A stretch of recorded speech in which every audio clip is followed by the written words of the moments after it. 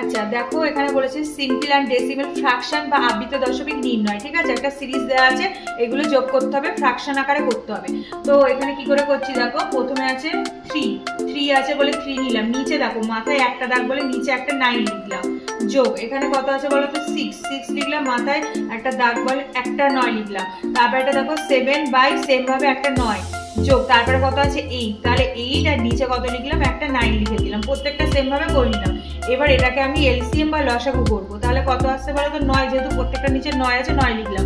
এবার উপরের সংখ্যাগুলো লিখে দিই 3 যোগ 6 যোগ 7 যোগ 8, ঠিক আছে? এবার উপরের সংখ্যাগুলো যোগ করে এত আসলো। এবার এটা যোগ করলে কত আসবে বলো, উপরে যোগ করলে আসছে 24 আর নিচে আসছে তোমার 9 আছে, নিচে 9 আছে, 9 থাকলো। এবার দেখো এটা কাটাকুটি যাচ্ছে কিনা দেখে নেবো, 3 দিয়ে যাচ্ছে, 3 3 9, 3 আসছে 24, তাহলে কত হলো 8/3। 8/3টাকে যদি একটু ভেঙে লিখি তাহলে কত হচ্ছে বলো তো 2 পূর্ণ 2 এর 3, 2 পূর্ণ